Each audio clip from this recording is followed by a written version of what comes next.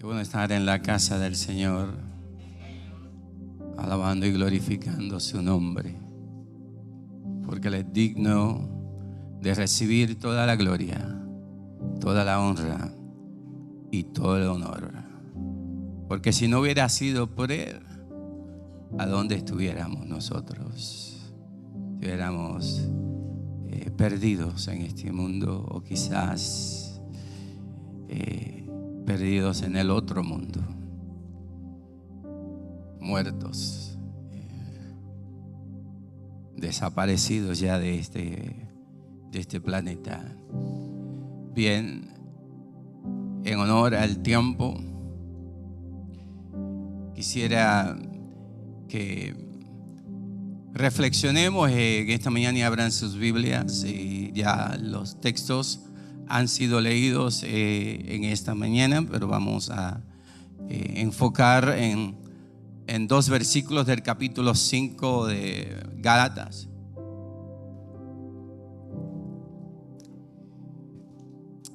Versículos 24 y 25.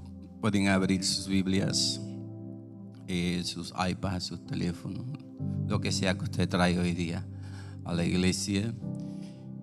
Estamos viviendo unos tiempos modernos, ¿no? Donde ahora la Biblia, podemos cargar una enciclopedia completa en el bolsillo, ¿cierto? Vamos a ver cuántos son de mi generación. ¿Cuántos de ustedes se acuerdan de la enciclopedia británica?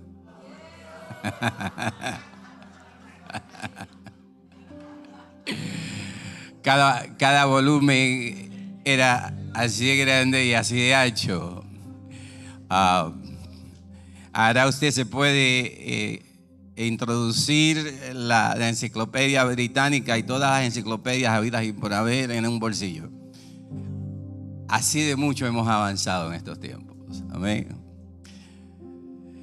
Y dice la palabra del Señor en el nombre del Padre, del Hijo y del Espíritu Santo. Porque los que son de Cristo, yo quiero que usted repita eso conmigo, porque los que son de Cristo han crucificado la carne con sus pasiones y deseos. Ahora que vivimos en el Espíritu, andemos en el Espíritu. Gálatas 5, 24, 25. Una porción de la lectura que se ha hecho hoy desde el versículo 16, que vamos a tocar en algún momento esos versículos, porque es el planteamiento que va haciendo el apóstol Pablo ante una situación, ante una realidad, para luego entonces hacer esta afirmación, que es la que nos debe preocupar o nos debe llamar la atención. Y yo quisiera que, y está ahí arriba, podamos considerar nuestro tema para esta mañana, alineando la semana pasada. ¿Cuál fue la palabra?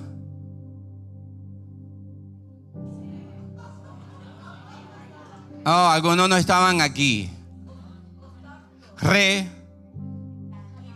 Recalibrando. O sea, hoy estamos alineando, la semana pasada recalibramos. ¿Qué fue lo que recalibramos?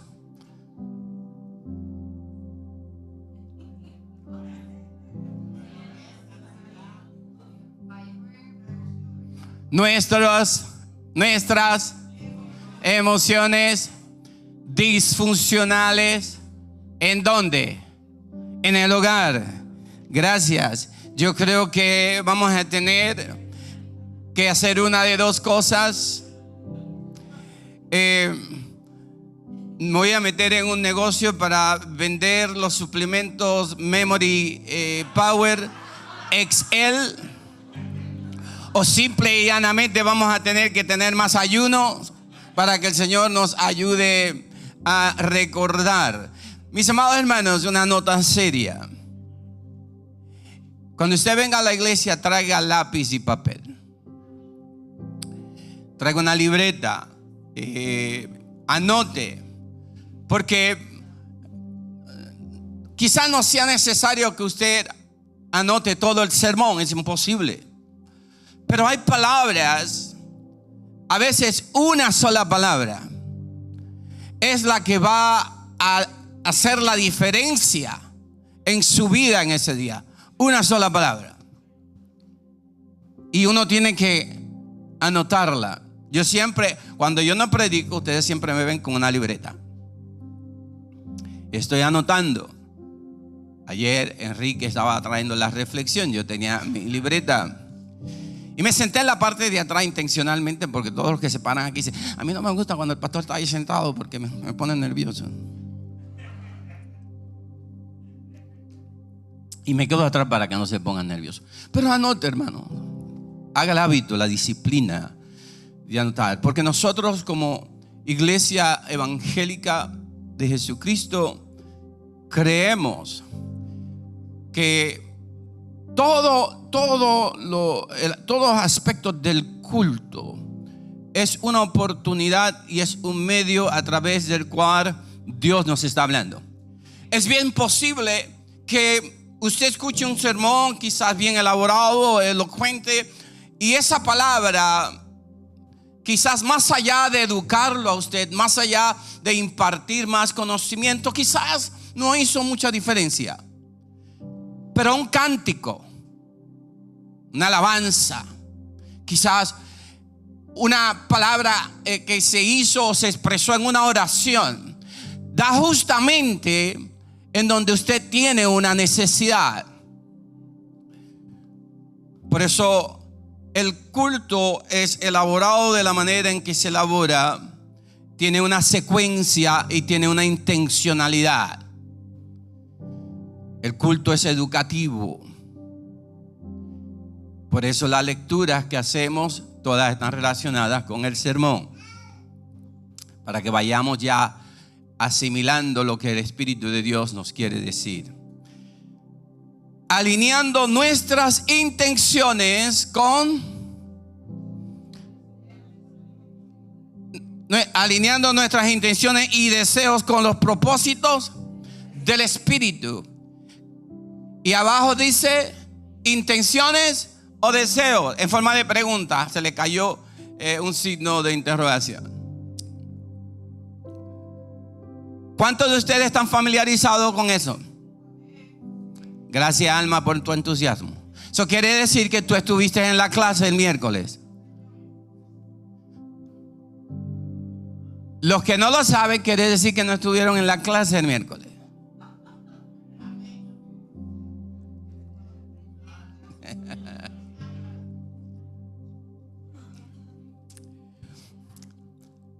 Y esto es un punto aparte, hermanos. Yo quisiera, y se lo dije, se lo estaba diciendo a Miguel. Hermanos, si usted, aunque usted no sea miembro oficial de la iglesia, para hacerse miembro oficial de la iglesia, usted tiene que pasar por unos cursos de orientación para que sepan quiénes somos nosotros y por qué somos lo que somos. Y también aquellos que se bautizan tienen que tomar unos cursos de orientación para entender lo que significa el bautismo, etcétera. Pero si usted es una persona que lleva tiempo asistiendo a la iglesia y no ha pasado por ese proceso, le exhortamos a que lo haga, me vea al final. Pero también, si usted es una persona que recientemente llegó, es bien importante que nosotros tengamos su número de contactos. ¿Quién se apareció aquí el viernes? ¿Quién estuvo aquí el viernes en la noche? ¿Quién llegó hasta la iglesia y la encontró cerrada? Nadie.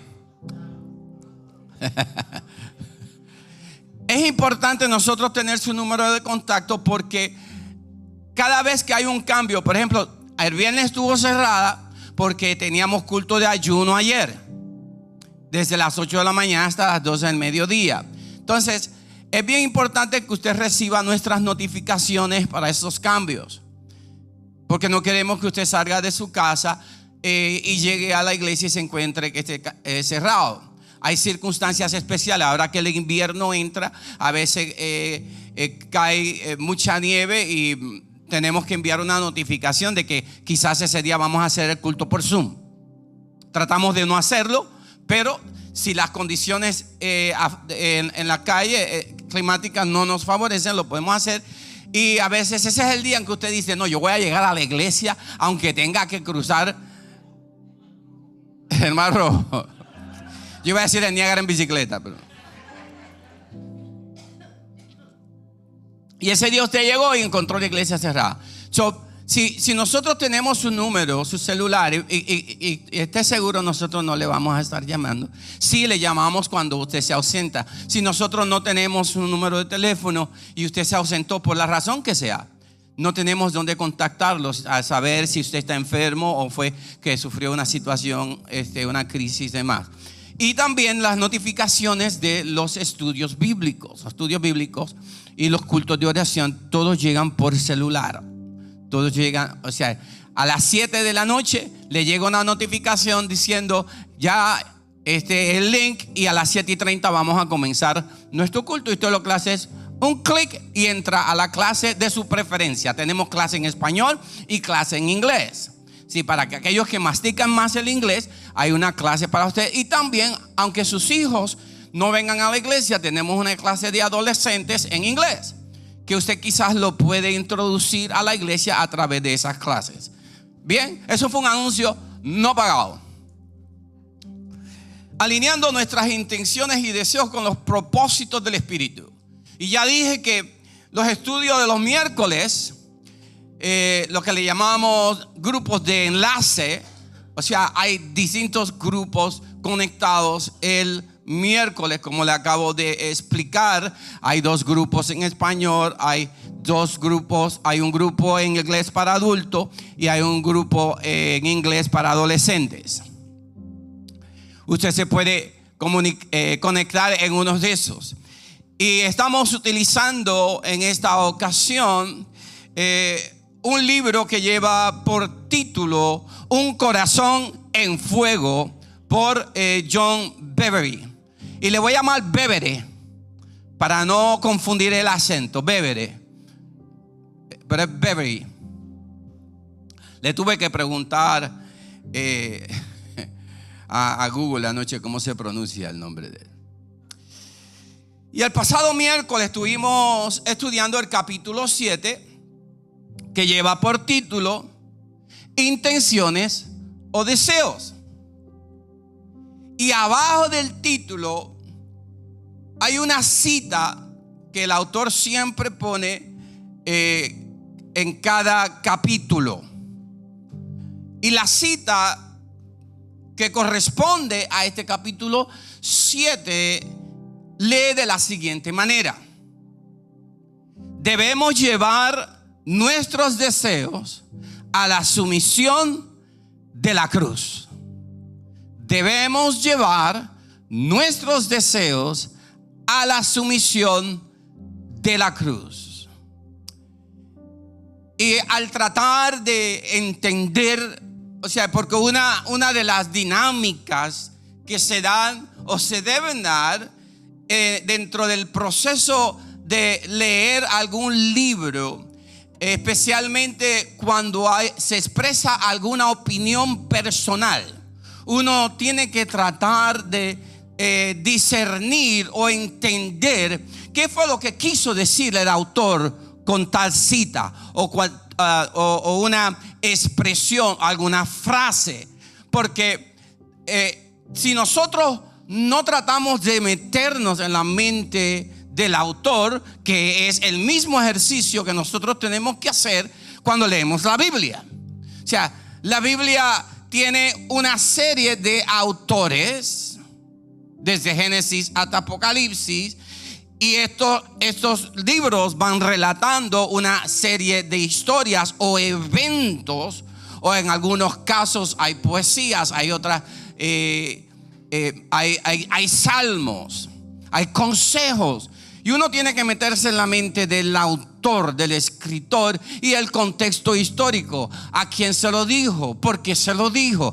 ¿Qué era lo que estaba pasando en esos tiempos que requirió que el autor dijera eso? Entonces, con esa idea en mente, entonces yo traté de tratar de discernir o entender la frase o el comentario: debemos llevar nuestros deseos a la sumisión a la cruz.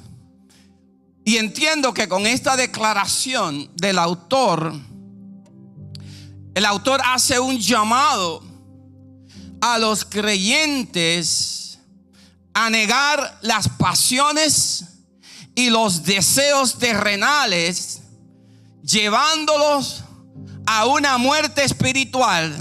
¿A dónde? A la cruz, crucificándolos en la cruz. Esa es la línea de pensamiento que él adquiere del texto de Gálatas, porque esa es la afirmación que hace el apóstol Pablo cuando está hablando a los Gálatas. O sea, que tenemos que tomar nuestras pasiones. La semana pasada hablamos sobre las emociones disfuncionales que normalmente generan, causa problemas, conflictos, tensiones, a donde quiera que haya una persona experimentando ese tipo de disfunción emocional. O sea, hay tensiones, se crean tensiones. ¿Por qué? Porque la persona está experimentando una emoción y hay que identificarla y llevarla a la cruz.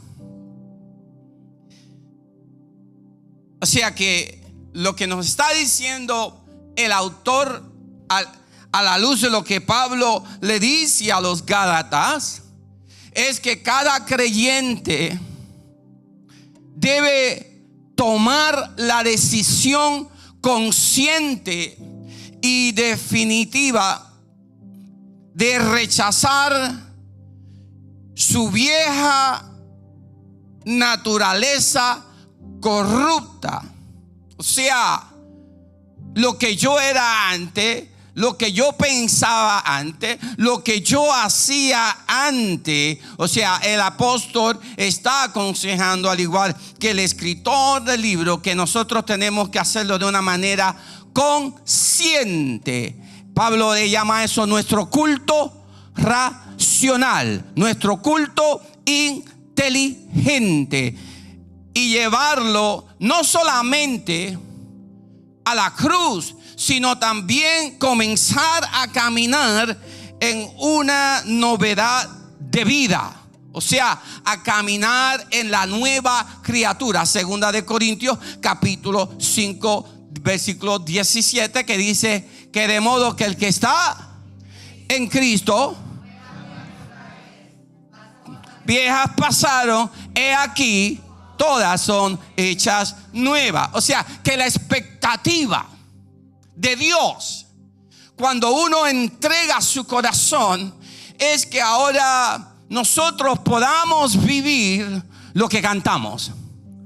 Hubo un cambio cuando a Cristo conocí. Hubo un cambio cuando a Cristo conocí. Y las cosas que yo hacía ya no las hago más. ¿Por qué? Porque hubo un cambio cuando a Cristo conocí. Amén. Denme un aplauso.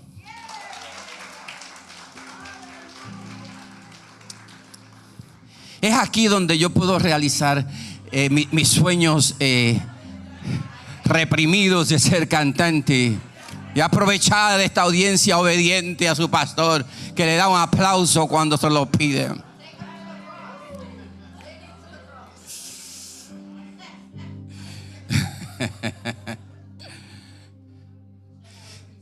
¿Quién dijo que los cristianos tenemos que ser gente amargada? Ay, tenemos que vivir en el gozo del Señor.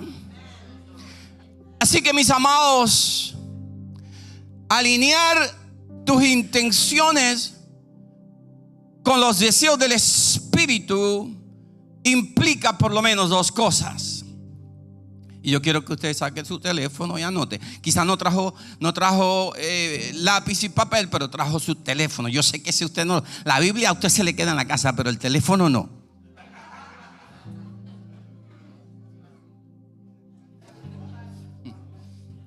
Y yo sé que todos los teléfonos tienen la la habilidad de poder guardar notas. Tienen un icon o donde usted puede hacer un clic y usted puede comenzar a tomar nota. Así que alinear tus pensamientos con los deseos del Espíritu implicará dos cosas.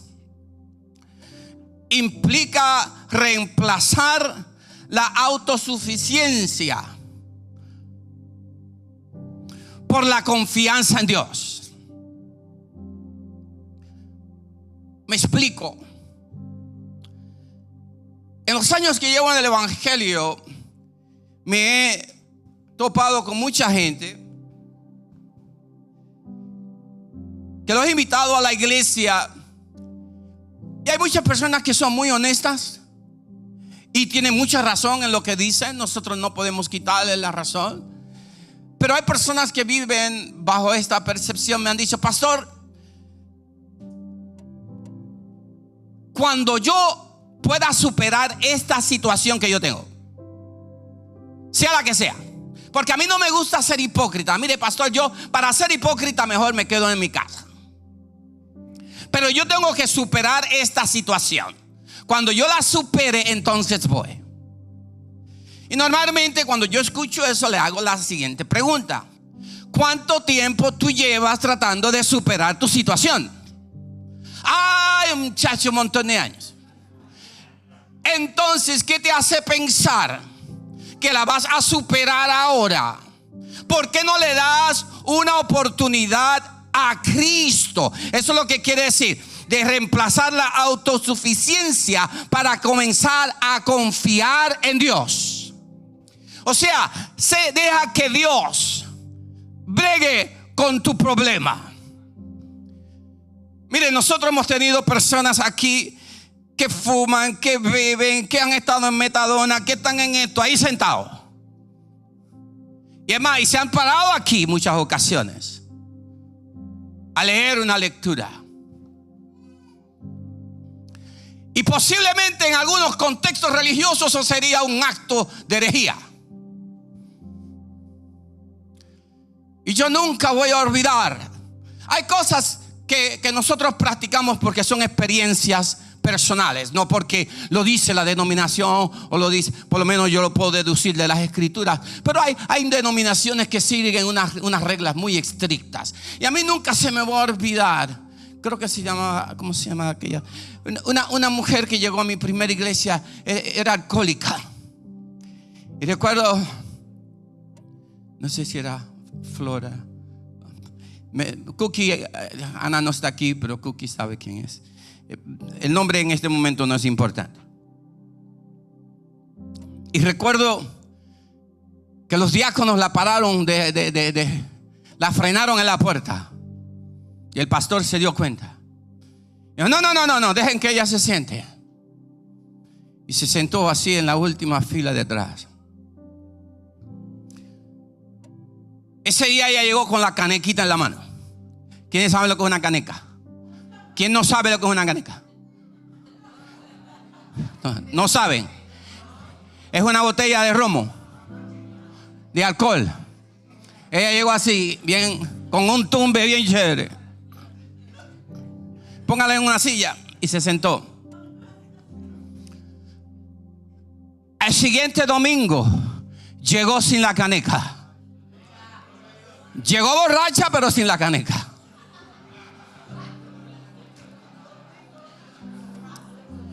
Y en par de domingos llegó completamente sobria. Y pasaron 20 años y siguió en su iglesia, transformadas por el poder. Si nosotros le decimos: suelta la caneca, vete y regresa cuando ya no estés tomando, se la estamos entregando al diablo. Y yo prefiero que se me sienten aquí con sus vicios, con sus luchas, hasta que el Espíritu Santo haga una obra transformadora en sus vidas.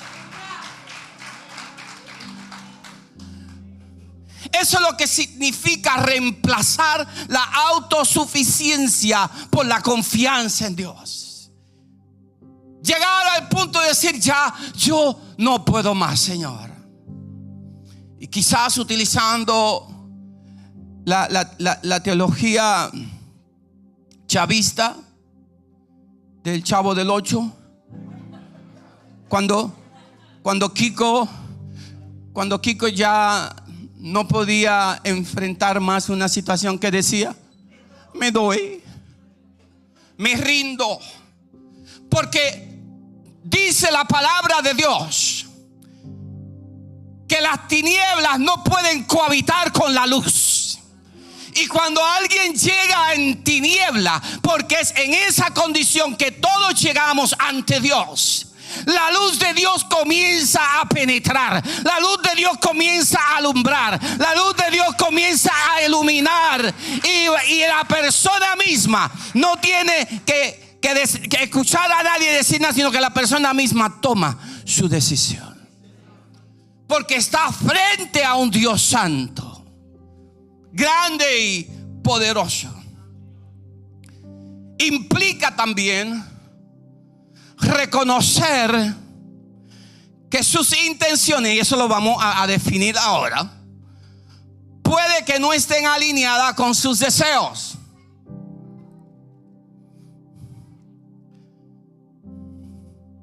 Le voy a añadir una implicación más. Le dije dos, pero le voy a añadir una más. Implica tener la fuerza de voluntad para alinearse con el Espíritu de Dios. El fin de alinear las intenciones con los deseos del Espíritu es transformar tu corazón y tus intenciones para que puedas reflejar cada vez más los deseos de Dios por encima de tus propios deseos.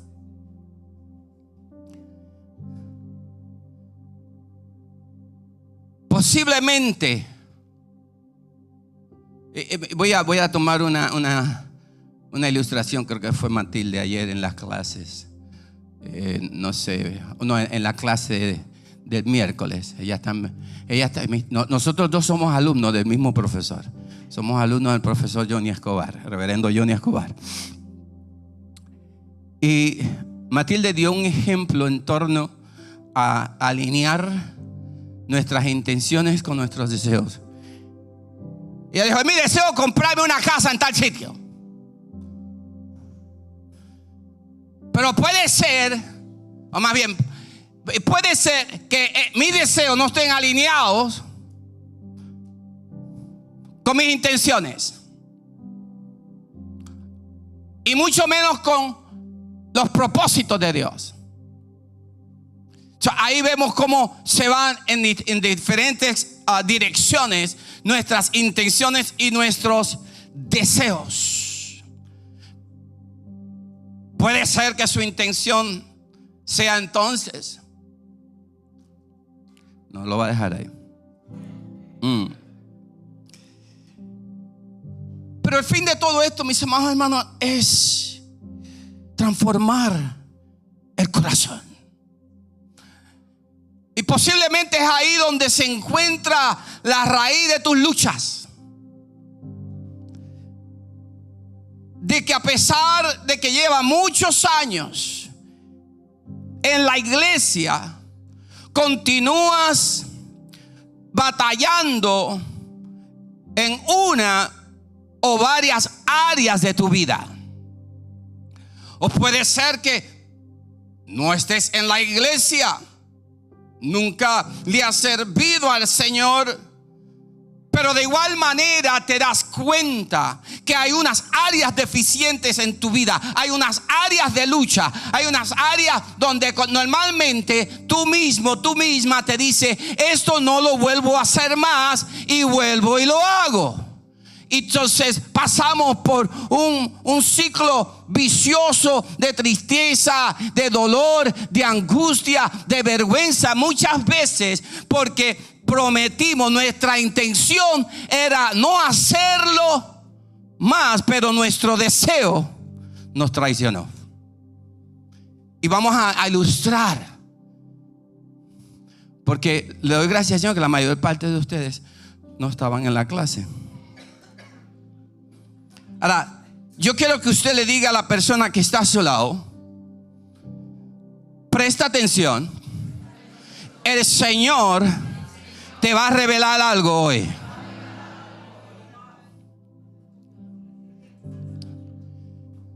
Y uno de los primeros planteamientos que hace John Bevere en el capítulo 7, cuando abre justamente el capítulo 7, en los primeros párrafos, él comienza diciendo que los primeros 6 capítulos, y cito, han sido una gran introducción a la palabra conformar. Y para eso hace entonces referencia a Romanos 12:2, donde el apóstol Pablo exhorta a los romanos, y voy a citar: no se conformen a este mundo o siglo, sociedad, cultura, como sea. Y la palabra griega para conformarse significa dejarse moldear por las influencias externas de este mundo. La semana pasada hice un comentario, lo voy a explicar más en esta hora. La semana pasada, cuando estuvimos hablando sobre el ayuno, acuérdenme después de hacer un comentario sobre el ayuno. Pero dije que yo estoy ayunando aparte de comida sólida. Estoy ayunando de la televisión, particularmente de las noticias, porque soy un aficionado de las noticias. La semana pasada usé la palabra obsesión. Uno de los grandes predicadores, que fue Charles Spurgeon, dijo que los predicadores tenemos que vivir. En aquel entonces se lo voy a citar de la manera moderna. Él dijo que los predicadores tenemos que vivir con la Biblia en la mano y la televisión en la otra. O sea, él dijo el periódico en la otra, porque en aquel entonces no existían televisiones. Porque tenemos que estar orientados sobre qué es lo que está pasando en el mundo y en nuestra sociedad. De lo contrario, lo que nosotros prediquemos aquí es totalmente irrelevante a la gente.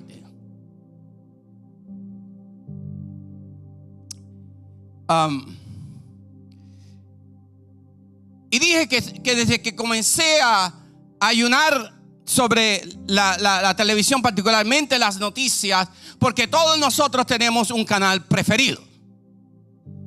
Y normalmente tenemos un canal que se alinea a nuestras propias ideologías. Si usted es una persona conservadora, usted está en un canal conservador. Si usted es una persona con unas tendencias liberales, usted está en un canal liberal. Porque en este país hoy día la gente del centro están desapareciendo. O estás a la ultraizquierda, a la ultraderecha o a la ultraizquierda. Y ya no hay gente de centro. Entonces dije que cuando me pongo a ver las noticias, se me sube la bilirrubina. Me pongo bravo, porque a veces el escuchar los planteamientos y las idioteces de la gente, los ataques constantemente, porque señores, somos expertos. Y doctora, usted me corrige aquí. Para que un doctor, un médico sea eficiente, no solamente tiene que ser un experto en el diagnóstico, tiene que tener y ofrecer, pero tiene que ofrecer una solución viable al diagnóstico. El médico comienza a hacerte ciertas preguntas: ¿dónde te duele? ¿Cómo son los síntomas? Y con base al conocimiento y la experiencia que tiene, te da una receta para aliviar tu migraña, para aliviar tu dolor, artritis, lo que sea. Y el problema es que nosotros nos hemos convertido en expertos en diagnósticos, pero no ofrecemos soluciones. Entonces usted está en un canal por acá y allá le tira al otro y le tira al otro y le tira al otro. Entonces formamos un tiroteo. Sí, los tiroteos los formamos en casa, o los formamos en el trabajo, los formamos hasta en la iglesia. Si hubo un momento divisivo en nuestra más reciente historia, fue el 2020 y el 2021 y posiblemente el 2022 con el tema del COVID. Porque mucha gente se fueron hasta el pecho con el tema del COVID y se arroparon de pies a cabeza. Y otros dijeron: yo no voy a arropar nada. Entonces el arropado le decía: tú eres un irresponsable, mira, por culpa tuya se está muriendo la gente. Y entonces el otro de acá le disparaba también. Me estoy dando a entender cómo nos influencian las informaciones, las culturas que nosotros somos parte, la idiosincrasia que a veces con la cual nosotros crecemos, que no necesariamente tiene que estar bien. Así que la palabra conformarse habla sobre las influencias externas que van moldeando. En esencia, lo que el autor está destacando es que muchas veces lo que nosotros reflejamos externamente es un reflejo de lo que se ha formado en nuestro interior. La frase "no se conformen a este mundo" apunta a dejar que el mundo y sus costumbres temporales, a no dejar que el mundo y sus costumbres temporales moldeen nuestro pensamiento y acciones. Proverbios 23 dice lo siguiente: según piensa el hombre, así es, o tal es él, dependiendo de la versión que usted tenga. O sea, según lo que usted ha internalizado, cuáles son los conceptos y las ideas que usted tiene por dentro como parte de su experiencia y su conocimiento, usted va a proceder de esa manera. Los casados o los que estuvieron casados en alguna ocasión. ¿Cuántas veces usted escuchó a su pareja decir: es que en mi casa lo hacían así, mi mamá lo hacía así, mi papá lo hacía así, en mi familia lo hacían así? Por eso es que los matrimonios son difíciles, porque hay que conciliar dos mundos completamente diferentes, dos experiencias completamente diferentes. Hay personas que se casan que vienen de una familia completamente funcional, y hay unos que se casan con personas que vienen de familias disfuncionales. ¡Ah! ¡Qué choque!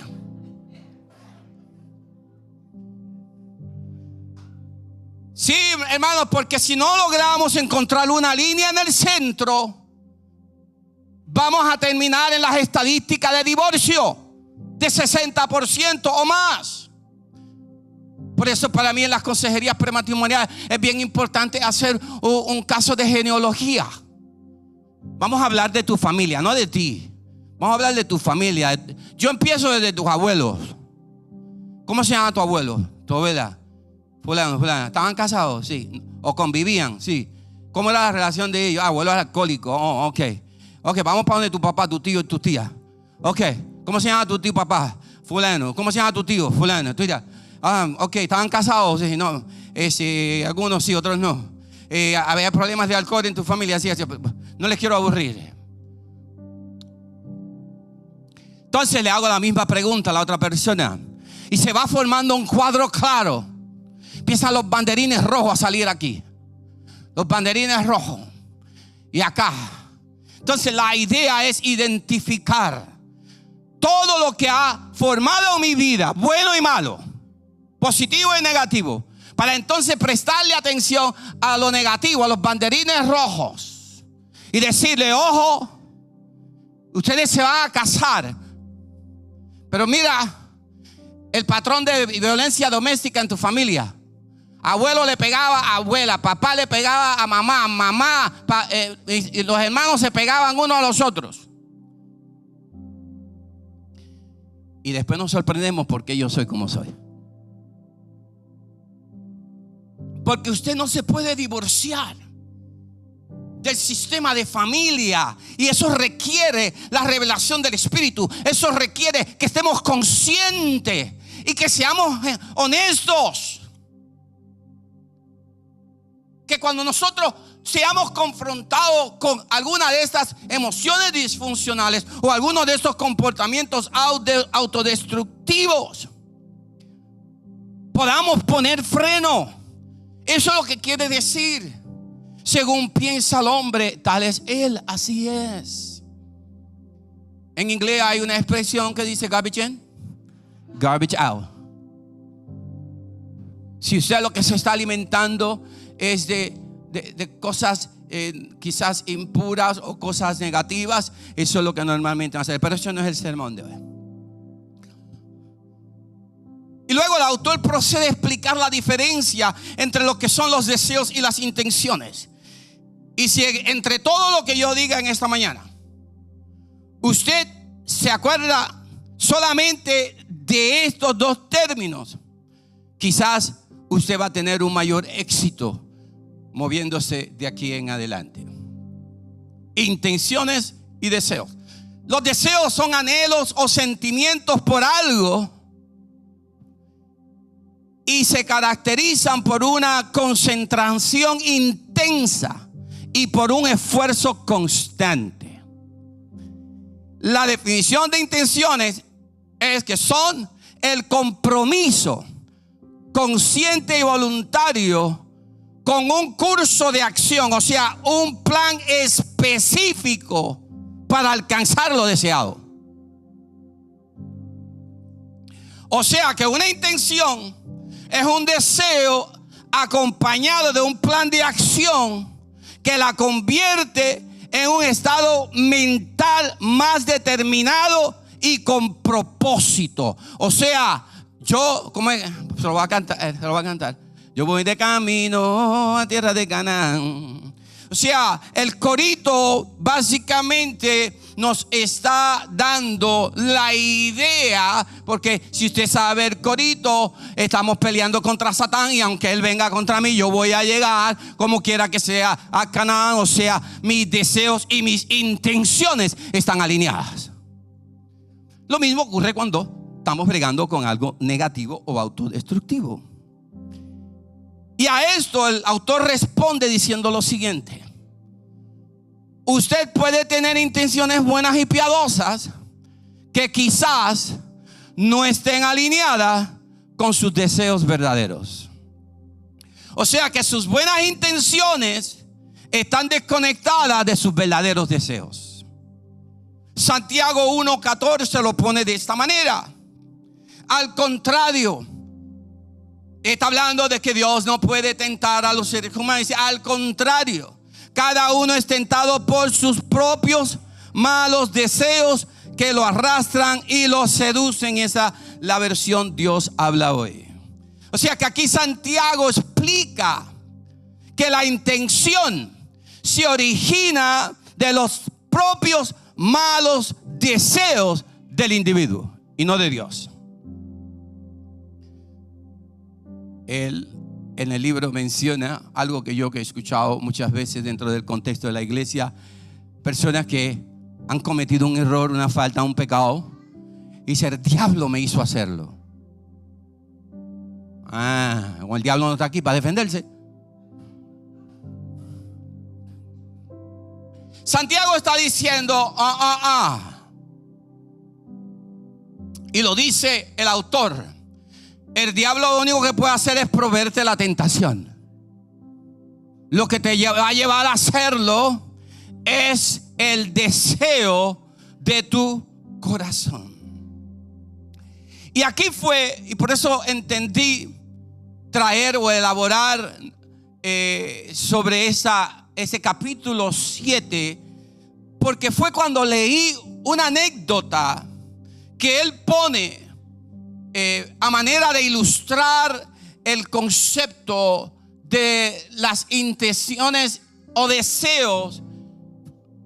Fue algo que hizo un clic en mi mente. Y me pregunté, yo tengo tantos años en el evangelio y nunca lo vi de esa manera. Y la historia es un poco larga, pero voy a darle la versión corta para que usted tenga una clara idea, porque dije hace un rato que posiblemente ahí está la raíz del problema, ahí está la raíz de sus luchas. Y si usted no lo puede ver, no lo puede entender de esa manera, posiblemente usted va a continuar sintiéndose frustrado, frustrada, o sintiéndose fracasado, fracasada. Y fíjese lo que dice el autor del libro. Cuenta que en una ocasión fue a predicar a una iglesia y estaba predicando sobre el arrepentimiento. Y luego de haber predicado, el pastor de la iglesia lo invitó a comer y le dice, en medio de su conversación, que en su conversión él había renunciado a muchos pecados antiguos que lo ataban. Sin embargo, a pesar de eso, este es un pastor hablando, no había podido abandonar su hábito de fumar 2 paquetes de cigarrillos diariamente.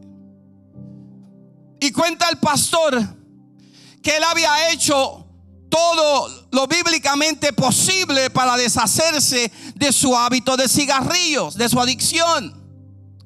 Él dice que oró, ayunó, se confesó, pidió oraciones a otro y nada ocurrió. Entonces un día el mismo pastor dice que tenía un culto evangelístico en su iglesia, invitó a un evangelista a predicar, y esa noche un amigo que él había invitado, que tenía el mismo problema, el mismo vicio, la misma adicción que él, cuando el predicador hizo el llamado, pasó para el frente para salvación, oraron por él y fue liberado de los cigarrillos. Y dice él que aunque yo estaba feliz por mi amigo que había aceptado a Jesucristo como Señor, a lo puro dominicano dijo, y me dio un pique a mí.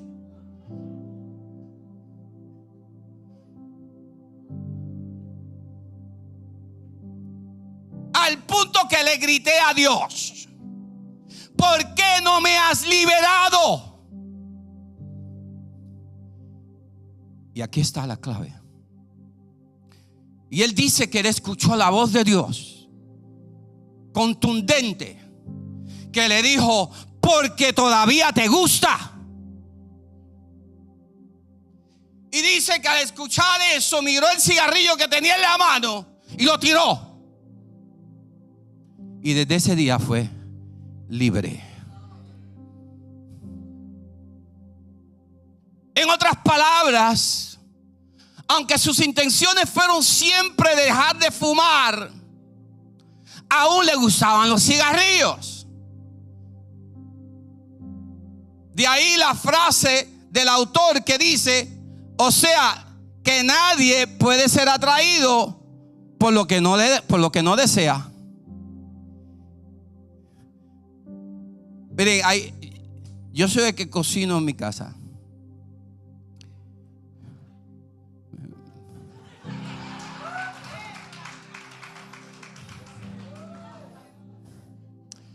Y las únicas cosas que yo no cocino son las que no me gustan.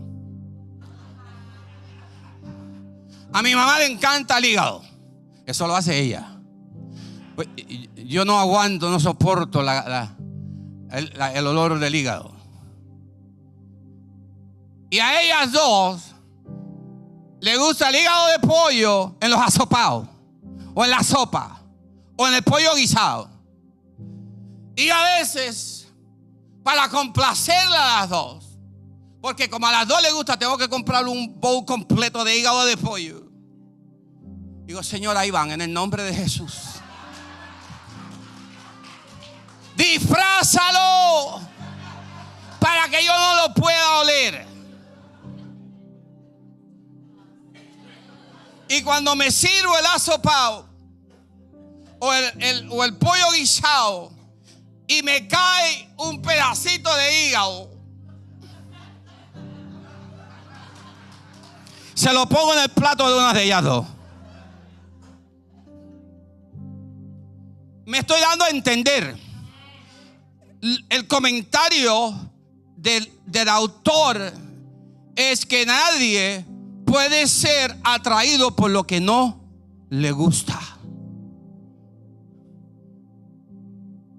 Y hay personas que llevan luchas por años porque viven en una relación amorosa y de simpatía con los demonios que lo atormentan.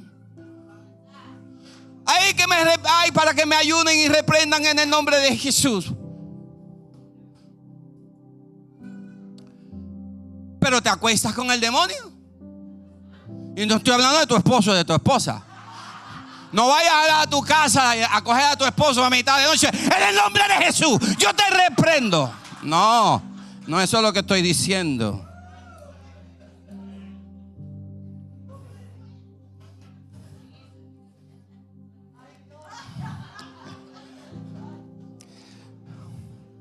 O sea, yo le he dicho en otras ocasiones, nosotros tenemos que llegar al punto de repudiar el pecado.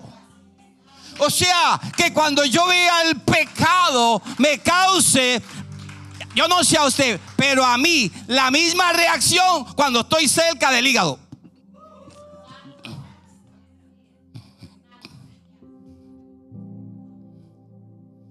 Dicho ese paso, para los que son puertorriqueños, yo soy un puertorriqueño raro. Pues yo no como hígado, yo no como mondongo, yo no como cuajo, yo no como nada que tenga que ver con, yo no como morcilla, yo no como nada de esas cosas. No por asuntos religiosos, simplemente porque no me gustan. Y como no me gustan, no las hago.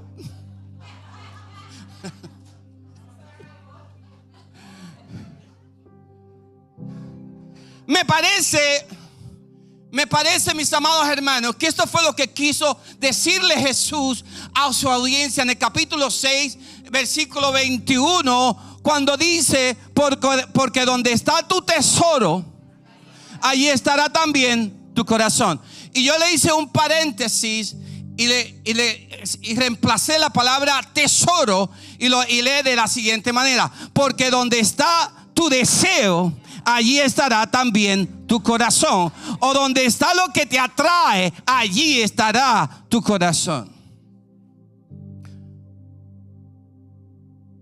Lo que te atrae revela lo que realmente quieres.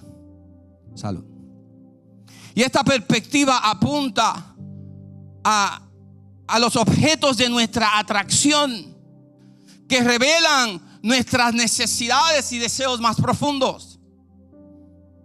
Y a la luz de lo anteriormente mencionado, quiero que nos hagamos las siguientes 3 preguntas para comenzar a bajar este avión. No quiere decir que vaya a aterrizar. Puede ser que cuando ya esté a punto de me informen que se desafó una goma al avión y yo pueda volver a subirlo otra vez.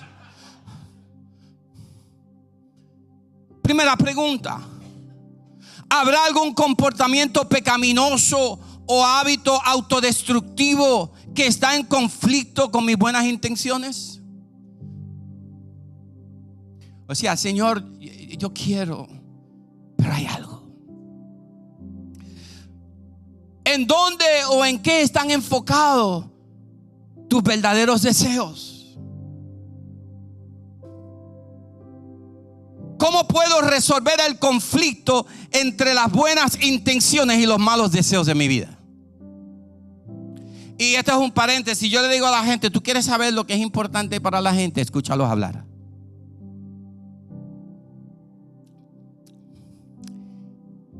Lo dejo ahí.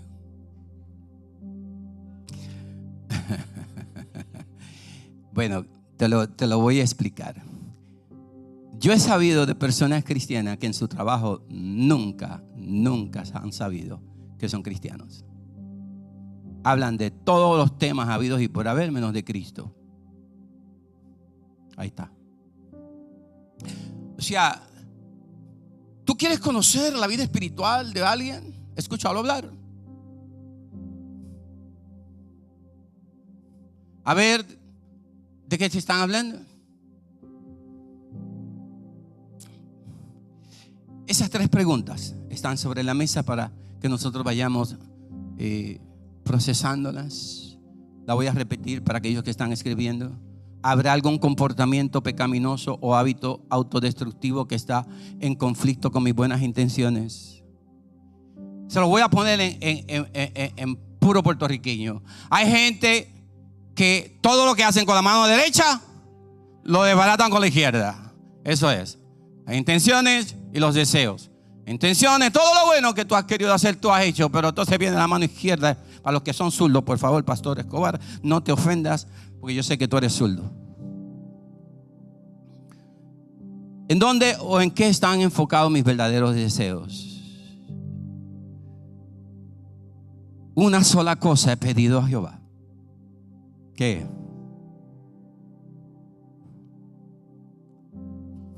Que yo esté en la casa de Jehová. Y esto mismo buscaré. De eso estamos hablando.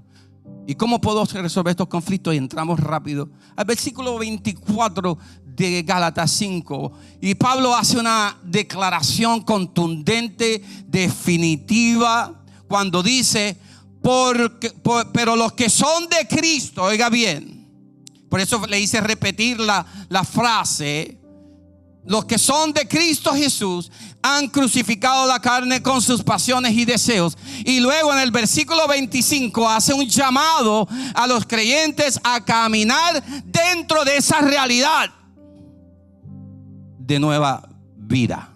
O sea, ahora dejé mis pecados, me convertí a Cristo, ahora yo voy a comenzar a vivir. Y acuérdese, mis amados hermanos, cuando usted viene a Cristo, usted comienza, quizás hoy día están en pre-K, quizás usted comienza en pre-K, quizás usted comienza en kindergarten del evangelio. Es un proceso de crecimiento y de madurez. No se frustre porque usted no conoce todo, porque no sabe cuántos libros tiene la Biblia, o qué quiere decir esto, o qué quiere decir lo otro. Usted solamente hace el compromiso.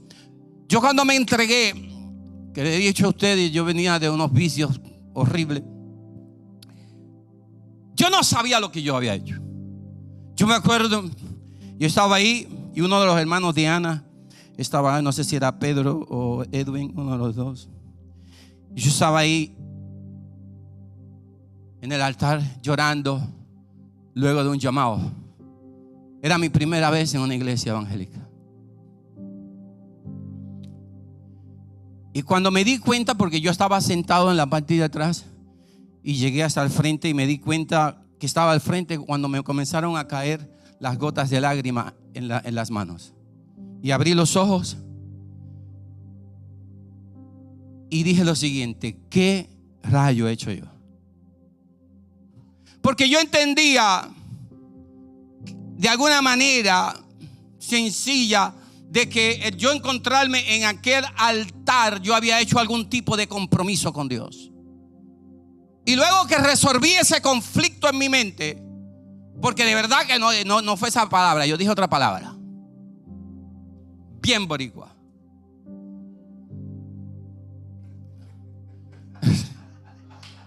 Don't you dare.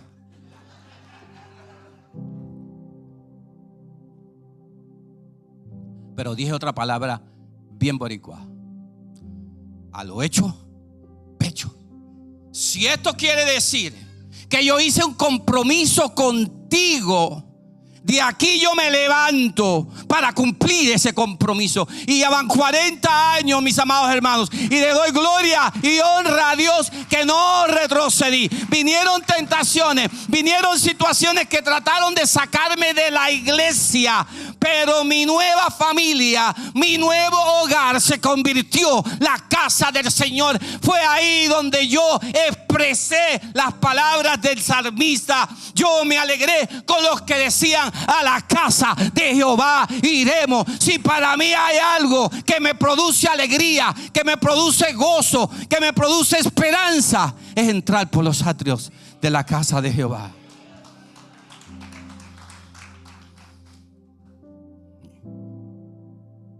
Y el apóstol hace un llamado ahora que vivimos en el Espíritu. Andemos dentro de esa realidad. Y entiéndase que en la Biblia la palabra andar se usa para describir la conducta moral, la condición espiritual y el estilo de vida general de una persona. Primera de Juan, que fue el otro texto que leímos, capítulo 1, versículos 6 y 7, nos dice: si decimos que tenemos comunión con Él y andamos en tiniebla, mentimos y no practicamos la verdad. Pero si andamos en la luz, como Él está en la luz, tenemos comunión unos con otros, y la sangre de su Hijo nos limpia de todo pecado. Así que en Gálatas 5, del 16 al 26, Pablo identifica la lucha real que enfrenta todo creyente. El conflicto constante entre la carne y la nueva naturaleza, y el Espíritu y la presencia de Dios en nosotros. Y cuenta una anécdota para ir terminando. Una historia de un anciano Cherokee que le está enseñando a su nieto sobre las luchas de la vida. Y comienza diciéndole a su nieto: una batalla se libra en mi interior. Es una lucha terrible entre dos lobos. Un lobo representa cualidades negativas como la ira, la envidia y la codicia, mientras que el otro representa rasgos positivos como la alegría, la paz y el amor. Y el abuelo le explica al niño que esta lucha existe dentro de todos los seres humanos. Entonces el niño, en su inocencia, le pregunta al abuelo: ¿y cuál de los dos lobos gana? Y el abuelo le responde: al que más tú alimentas. Los deseos de la carne y los deseos del espíritu viven en oposición. Es una afirmación bíblica. Y el texto un poquito complejo, versículo 17: para que no hagáis lo que quieras. O sea, en esencia lo que quiere decir que la carne está constantemente contendiendo contra el espíritu para que tú no puedas cumplir con tus intenciones. ¿Cuántos de ustedes no levanten la mano? Hoy sí, hoy yo me entrego a Jesucristo, hoy yo me consagro, hoy yo voy a pedir, vamos a poner, ya estamos terminando, no voy a decir el grupo de adoración, pero el grupo de adoración no está en función hoy. Nuestra hermana Mical está de funeraria todavía con su familia en Long Island, y yo sé que por esa razón no pudimos ensayar.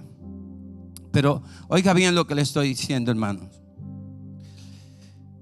Este es un momento extremadamente importante para nosotros, el poder reflexionar y responder a la palabra de Dios. Y tenemos poco tiempo para ellos. ¿Y cómo andamos en el Espíritu? Al someternos a sus deseos. El Espíritu Santo produce en nosotros deseos piadosos. Porque el ocuparse de la carne, dice Pablo a Romanos 8:6, es muerte, pero ocuparse del Espíritu es vida. Vivir en el Espíritu es permanecer en las Escrituras. Jesús dijo: si permaneciere en mis palabras, seréis verdaderamente mis discípulos. Y también depender de Dios. Posiblemente hoy no eres la persona que tú habías soñado ser ayer, pero no te des por vencido. Deja que Dios obre y le dices al Señor: Señor, en esta hora yo me rindo a ti. En los versículos 19 al 23, Pablo nos comparte una lista de comportamientos destructivos que nos atan: el adulterio, la fornicación, la inmundicia, la lascivia, la idolatría, hechicería, enemistades, pleitos, celos, iras, contiendas, disensiones, herejía, etcétera, etcétera. Pero quizás para usted las obras de la carne se parezcan quizás más a tensiones en el hogar, relaciones rotas. Quizás sea la amargura silenciosa y los arrebatos de ira que te consumen.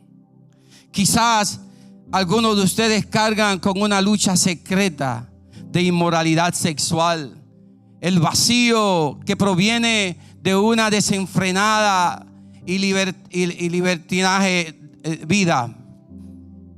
Quizás han probado estas cosas y tú sabes y te has dado cuenta que no llenan tu corazón. Nos ponemos de pie y mientras nos ponen una alabanza,